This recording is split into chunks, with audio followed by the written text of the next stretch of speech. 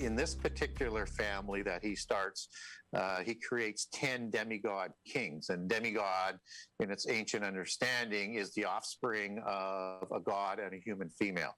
Just like the Genesis 6 story has the sons of God and the daughters of Cain, producing the Nephilim, or the giants, as it's recorded in the King James Version Bible, with giants going back to the word Nephil and I am for the male plural. So these demigod kings were described as Atlanteans who had blonde hair and blue eyes and sharp aquiline or hook noses. They had high cheekbones, their eyes glowed, they had long necks, they were serpentine looking because they looked just like the Watchers who created them. Again, just to show people that this is a global historical reckoning of what happened in prehistory that always includes giants. And we just need to understand that fact. So if you go into Genesis 6 now, 6:1-4 is where the giants are created before the flood. That's the preamble to the flood story.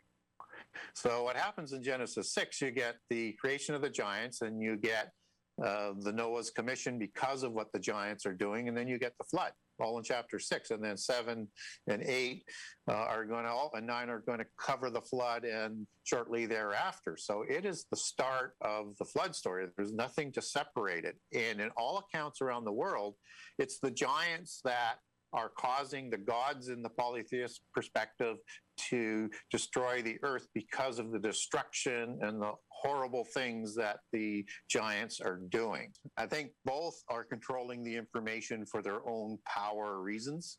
And those are the two biggest sources, not the Smithsonian. That's a branch of the Royal Society and the Freemasons. Understand the Freemasons and the Rosicrucians established the Royal Society, and then the money, James Smithson, who was a Rosicrucian and a Royal Society member, funded the Smithsonian to be created with his will. So if you look at the Windsor family, and this is just on some things that they have said, and also what we know about the dynasty that they're going to connect back to. Prince Charles and Elizabeth, but mostly Prince Charles, had said he has genealogies that takes him back to Vlad the Impaler. Yeah. Right? Which is kind of spooky, but that's a different story.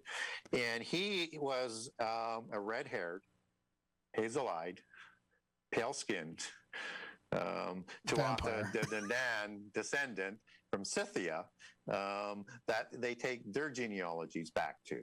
So all these different mythologies and cultures have their version of giants, I guess. Like there's the Nephilim and the Anunaki, the Titans, and all the ones that you mentioned. There's the Chinese ones and the Egyptian ones and the South American ones. I mean, they've all got their version of this.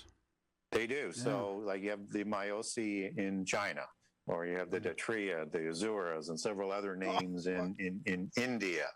You have the Zabalba in the Kishamaya. All around the world, you have an accounting of these giants, the Tengu in Southeast Asia and into Japan. So there's many, many different names for them. And the Zabalba were and the Tengu, they were a bird-like looking Nephilim and priests, because they usually produced a priest class and a warrior ruling class, and that comes from the Anunnaki, I think, and or a Horus type of god. It's all talking about bringing what they would call the 1,000 points of light together. So that's the famous buzzwords that both Senior and Junior of the Bush family talked about in several speeches, including at Senior's funeral by Junior. And the 1,000 points of light is a reference to the spark of the divine. And the 1,000 points of light was used in the New World Order speech by President Bush Sr. In the 90s when it first sort of came out. Well, there's a link, and if people can't find it, they can get a hold of me. I can send it to you.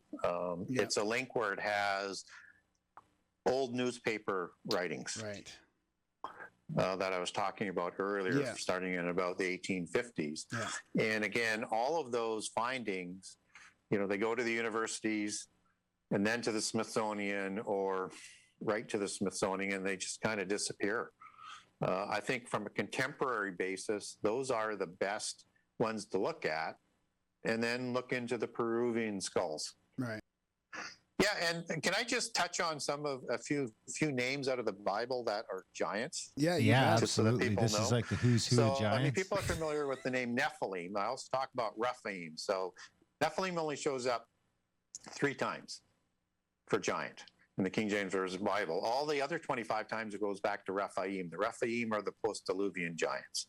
Now, you've got other names that are shown that are giants, which are Anak, or the Anakim.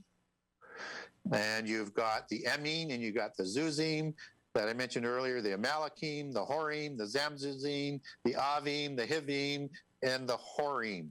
And there are more yet. You have the Caphtorim, you have the Perazim, yeah, I think you have the Kenim and the Kenazim that I mentioned earlier.